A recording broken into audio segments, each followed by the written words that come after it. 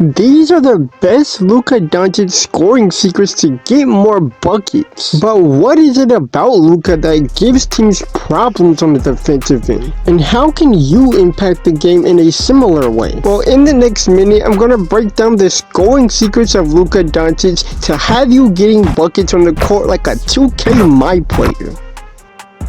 The first thing about his scoring is his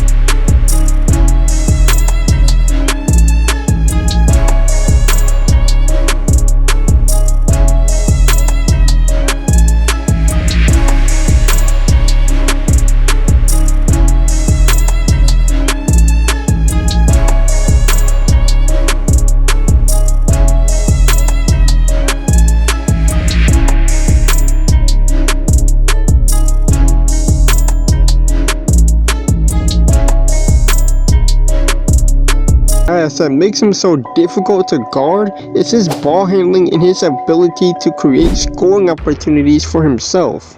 But a huge part of ball handling is having great footwork and strength in your hands and fingertips when dribbling the ball. And having strong hands and fingertips helps you control the ball and prevents you from losing it to the point of not being able to recover it. And some ways to make your hands and fingertips stronger is by warming up with some pound dribbles or squeezing the ball or even palming it if you can. And footwork is the batteries to a remote because you need it in order for ball handling to work. And to improve your footwork, you can do drills such as defensive slides or do agility ladder drills. And being a good ball handler is not only what I mentioned about footwork and having strong hands, but it's also about using the right moves in the right situations. So take this clip for example. Luka comes up the court and takes the screen and then drives, but watch what Luka does here. He goes into a snatchback and steps back to create more space and knocks down the three.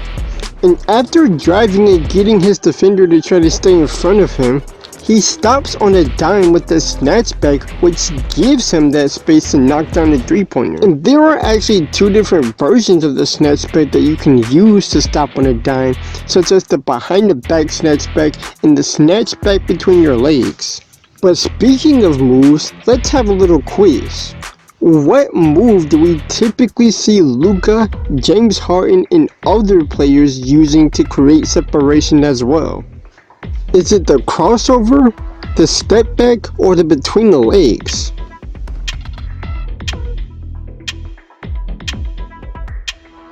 And the answer is the step back. Let me know if you got that right in the comment section. But the step back is a move that is often used by guards to create separation and really just players in general that have a great shooting ability. And that takes me to my next point, which is that he's a good shooter. And he's able to knock down different kinds of shots such as off the catch, off the dribble, and even far beyond the three-point line. And this is one thing that makes players like Steph Curry so hard to guard, is because he can shoot from anywhere on the court and also shoot in these three situations.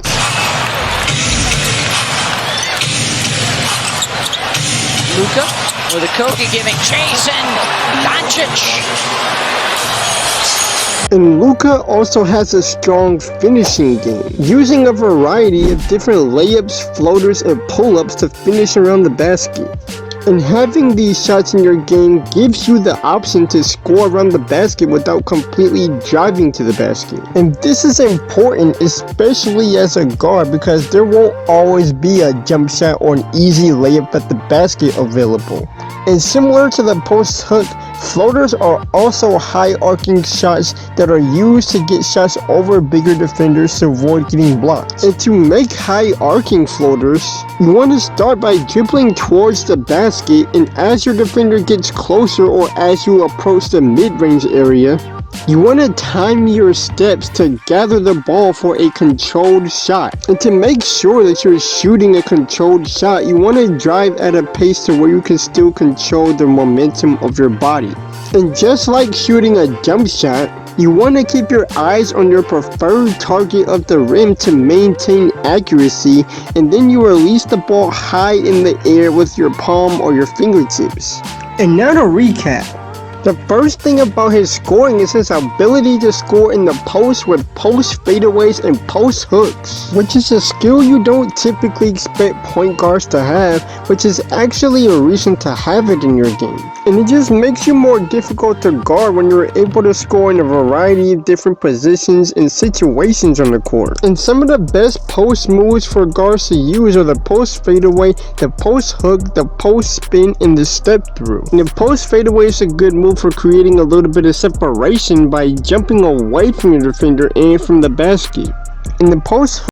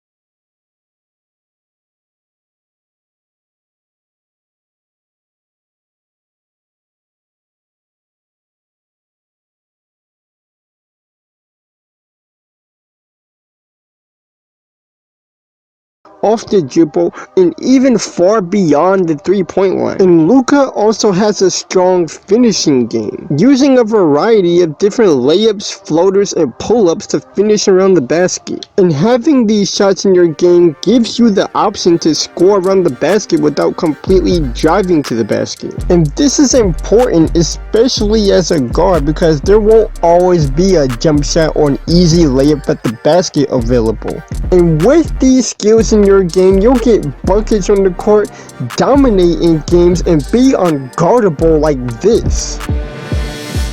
10 rebounds in this game. That's why these guys are pros. They can miss and keep shooting. Right back at you. 40-piece for Luka, and more to come, you would think, in the last 3 minutes. Go back to this last possession. I'm seeing a different there by Luka. Is to take away those really easy buckets.